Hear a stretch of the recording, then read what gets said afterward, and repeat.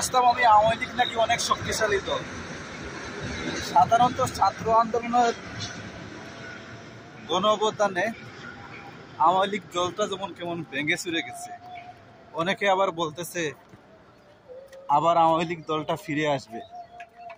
কিভাবে ফিরে আসবে আমি সেটা জানি না ভাই। অনেকে আবার বলতেছে যে ভয়ঙ্কর রূপে আবার আওয়ামী লীগ দল ফিরে আসবে। কবে ফিরে আসবে?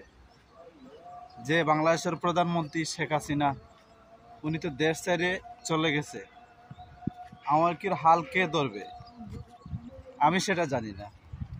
আপনারা যদি জানেন তারা কমেন্ট বক্সে কমেন্ট করতে পারেন। আওয়ামী লীগ এমন একটা শক্তিশালী দল ছিল, এক নিমেষেই সে দলটা শেষ। আওয়ামী লীগের দোষ ভাই এক জায়গাতেই আছে, ওই যে গ্রামাঞ্চলত যখন নেতা, ছোটো ছোটো যারা নেতা, তারা কি মনে করতো জানেন? তারাই মনে করতো যে বাংলাদেশের তারাই প্রধানমন্ত্রী। এই ছোটো ছোটো দলের কারণে আওয়ামী লীগটা নষ্ট হয়ে গেছে।